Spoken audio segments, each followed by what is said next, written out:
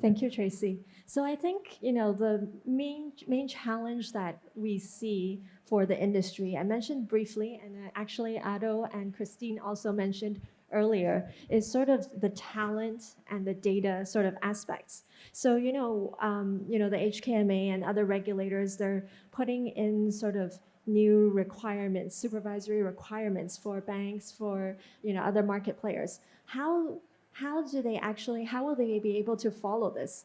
We think that there is a very big gap in terms of the talent, and it's not just in Hong Kong. Actually, I have to admit this is a global issue. In our international forums, there's been a lot of discussion about talent and data. So what we're trying to do in Hong Kong is, as I mentioned very briefly earlier, we set up a Green and Sustainable Finance Center earlier in July.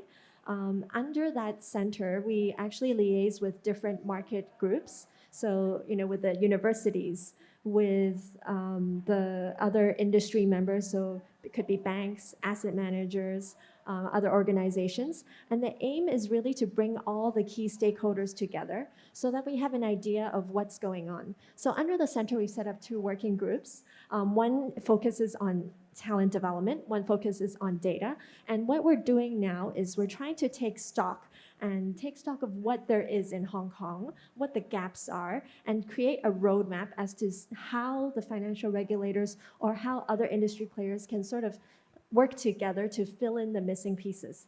And we hope that through this, more collaborative cross-sectoral platform, we would be able to help, the banks, the asset managers, et cetera, to go on this road towards, sustainability and more green financing. China is very determined to reduce it and was going to have heavy investment, more than 20 trillions of US dollars going to invest in sustainable fund with an aim to make it a low carbon society. The rest of Asia, where we are very strong at in ASEAN, is even more challenging. As you can see, all the COVID that they are facing, the meeting of the flooding, the climate, also the deforestation, all the problems that they're facing. So as such, I would like to echo what I just mentioned, that it's important for us, banking. I would say banking, in Chinese saying, we call it the mother of all industry. And also with the new coming up of the responsible financing, under a lot of the guidance from regulators in Hong Kong, definitely Hong Kong MA. So there's a lot we are working on. And a lot of our customers mentioned to me that, okay, they know it's coming. They know, but there's a lot have to do, but they don't know what to do. So as such, UOB, at a group, in the beginning of this year, and we actually set up a sustainability office, whereby the office will be responsible to monitor and develop matrices so that we can have the right KPIs for not just our staff, but to find ways to help our clients to make them also responsible to contribute to the well-being of the world. Back in 2017, we already understood that circular economy had to become one of the business pillars of the bank.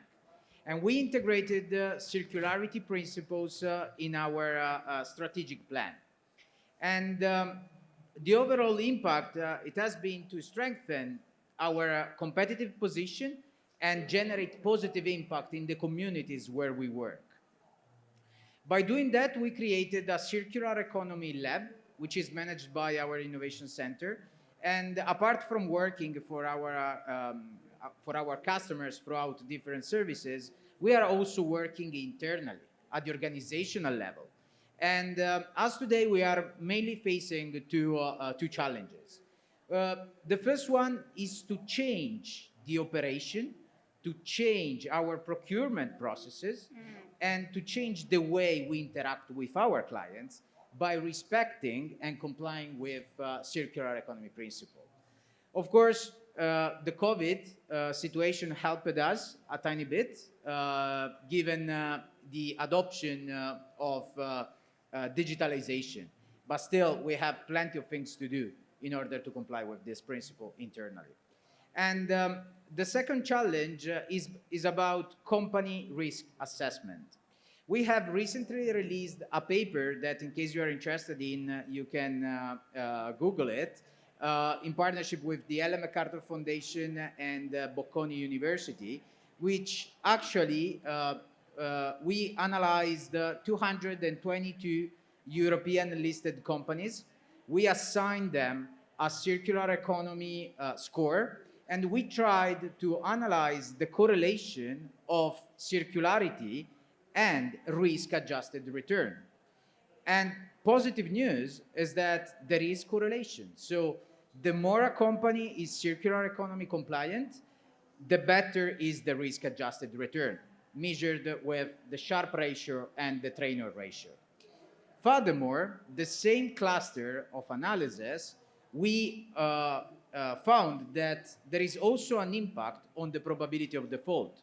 So for those companies that are circular economy compliant, in 1 year, the probability of default decreased by, roughly speaking, 8%. And in 5 years' time, the probability of default decreased of about 5% too.